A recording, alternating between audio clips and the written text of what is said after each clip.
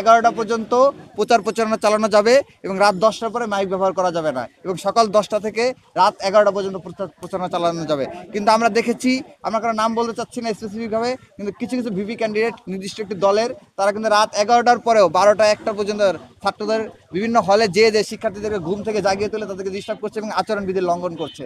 অথচ বিশ্ববিদ্যালয় প্রশাসনকে এই সকল অভিযোগ দেওয়া সত্ত্বেও বিশ্ববিদ্যালয় প্রশাসন কোনো পদক্ষেপ গ্রহণ করছে না। বিভিন্ন প্রার্থী তাদের প্রচার প্রচারণা করার জন্য বিভিন্ন ধরনের অনুষ্ঠান আয়োজন করে প্রচার প্রচারণা চালাচ্ছে, যেটি নির্বাচন কমিশনের যেই আচরণবিধি রয়েছে সেটার সাথে লঙ্ঘন। কিন্তু আমরা দেখতে পাচ্ছি বিশ্ববিদ্যালয় প্রশাসন শুধুমাত্র নির্বাচন কমিশন থেকে একটি শোকজ লেটার পাঠানোর মাধ্যমে তাদেরকে আপনার দায় মুক্তি দেওয়া হচ্ছে, কিন্তু আর কোনো পদক্ষেপ আমরা গ্রহণ করতে দেখছি না।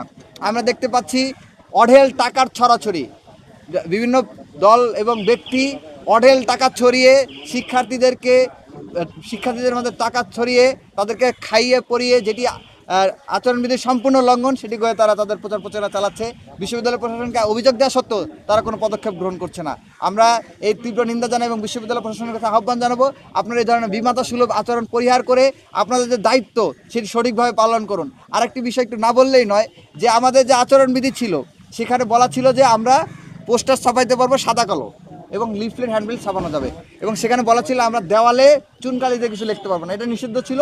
আর বলা ছিল যে আমরা পোস্টার ছাপাইতে পারবো, কিন্তু কাগজে ছাপাইতে পারবো কি পিভিসিতে ছাপাইতে পারবো না কাপড়ে ছাপাইতে পারবো, এইগুলো নিয়ে কোনো বিধিনিষেধ ছিল না। এবং গত ডাকসুতে আপনারা দেখেছেন, এখানে অনেকেই গত ডাকসুর সাক্ষী, আমি অনেকে চিনি, দেখেছেন যে গত ডাকসুতে পিভিসি ব্যানার দিয়ে কিন্তু প্রচার প্রচারণা চালানো হয়েছে, কাপড়ের প্রিন্ট দিয়ে কিন্তু প্রচার প্রচারণা চালানো হয়েছে সাদা কালো। কিন্তু হঠাৎ করে দেখলাম একটি নির্দিষ্ট দলকে সুবিধা করে দেওয়ার জন্য একদিন পরে হঠাৎ করে একটি নোটিশ দেওয়া হলো, সেখানে নিষেধাজ্ঞা দেওয়া হলো যে পিভিসি ও কাপড়ের ব্যানার প্রিন্ট চালানো যাবে না। অথচ আমরা যারা তাহলে টাকা খরচ করে প্রিন্ট দিয়ে ফেললাম, ধার দেনা করে, আমাদের তো এমন কেউ নেই যে ফান্ডিং করবে, আমরা নিজেরা ধার দেনা করে আমাদের জায়গা থেকে আমরা যখন কিছু ব্যানার পোস্টার প্রিন্ট দিয়ে ফেললাম, তখন আমরা দেখতে পেলাম যে এই ধরনের একটা নোটিশ আছে। তো আমাদের যে ক্ষতিপূরণ হলো সেই ক্ষতিপূরণের দায়ভার কে নেবে? এবং কিছু বাম সংগঠন এবং বাম নেতৃবৃন্দ এবং কিছু ঐক্যবদ্ধ শিক্ষার্থী জোটের যে প্যানেল রয়েছে শিবির সমর্থিত, তারা যে মানে একদিন প্রচার প্রচারণা চালিয়ে ফেললো পিভিসি ব্যানার দিয়ে, এবং একটা নির্দিষ্ট দল প্রচার প্রচারণা শুরু করতে পারে নাই বলে তারা যে বাধা দিল, এই দায়ভারটা কে নেবে? তো আমরা বিশ্ববিদ্যালয় প্রশাসনের কাছে এই প্রশ্নটা রাখতে চাই।